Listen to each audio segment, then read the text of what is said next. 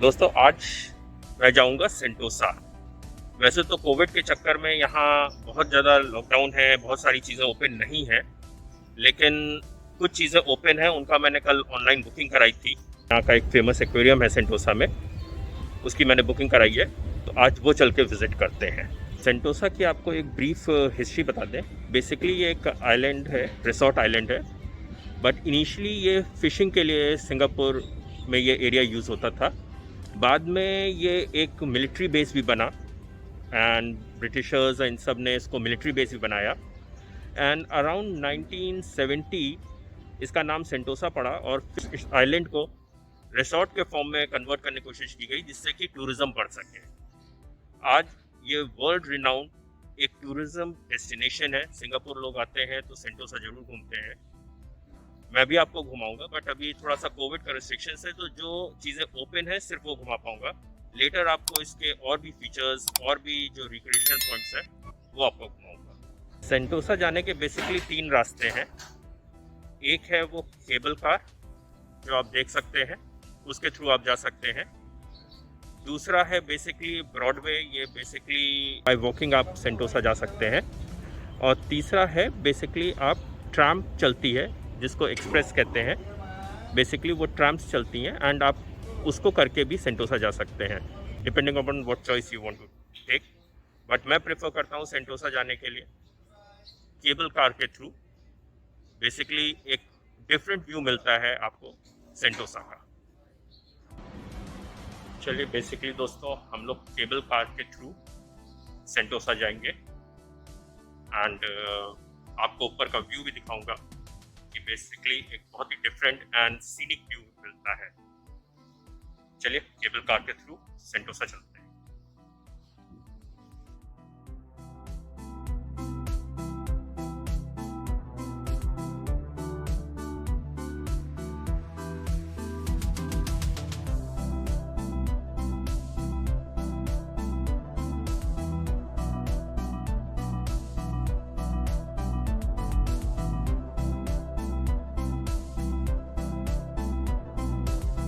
Basically ये देख सकते हैं केबल कार है, थोड़ी क्यों लंबी है कोई नहीं, बट एक अच्छी चीज़ ये हुई है कि मुझे यहाँ पे एक पास मिल गया है जो 1 साल के लिए फ्री राइड्स देता है और हार्डली $45-50 में मिला है।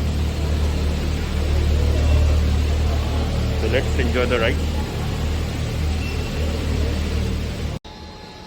इस केबल कार की अच्छाई क्या है, ये सबसे ज़्यादा मॉडर्नाइज्ड केबल कार है या एडवांस्ड। अब तक ये सबसे जो एडवांस्ड केबल कार्स है वर्ल्ड की उनमें से आता है। यूवी लाइट प्रोटेक्शन है इसमें, आपको हार्मफुल सन रेजेस अटैक नहीं करेंगी, मतलब आपको हार्म नहीं करेंगी।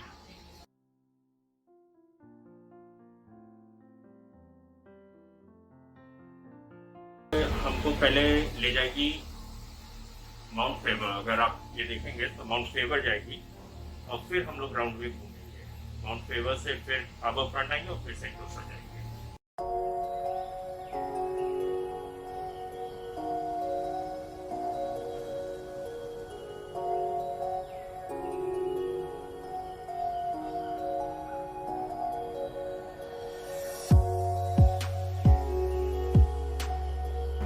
अमेजिंग व्यू है, बादल देख रहे हैं, मुझे लग रहा है बारिश होगी।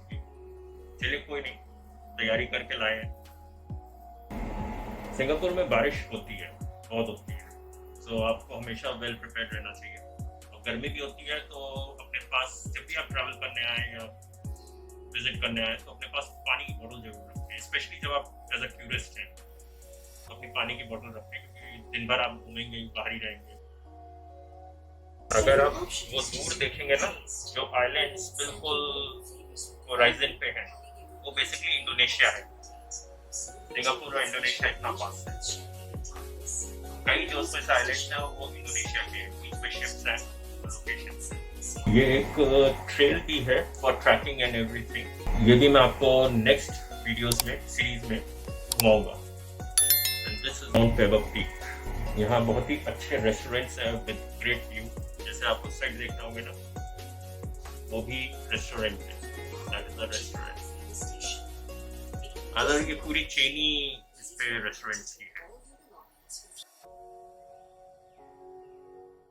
सिंगापुर में कंस्ट्रक्शन भी बहुत चलता है।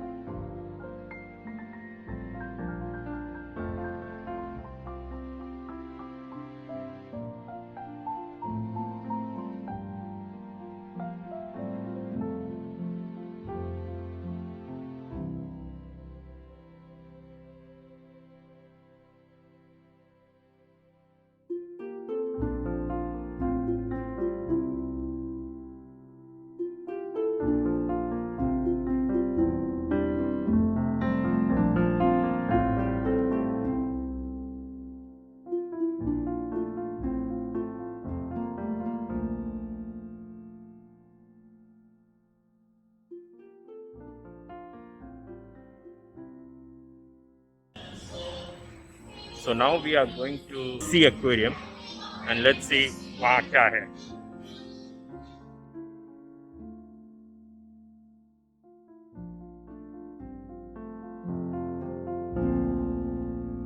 So दोस्तों अब एक्वेरियम के अंदर चलते हैं और देखते हैं कि मरीन लाइफ कैसी होती है एंड फिर फर्दर देखते हैं कि क्या क्या और सेंटोसा में घूम सकते हैं।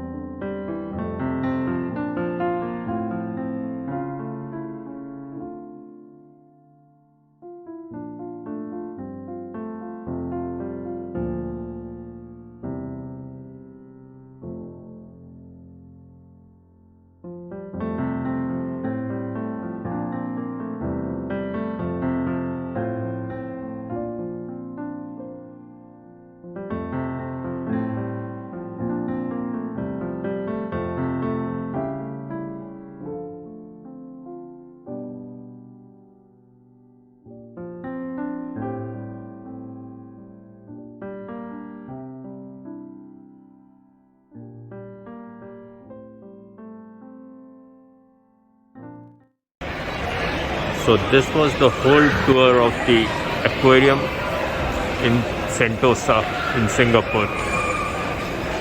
I hope you enjoyed because I learned a lot today.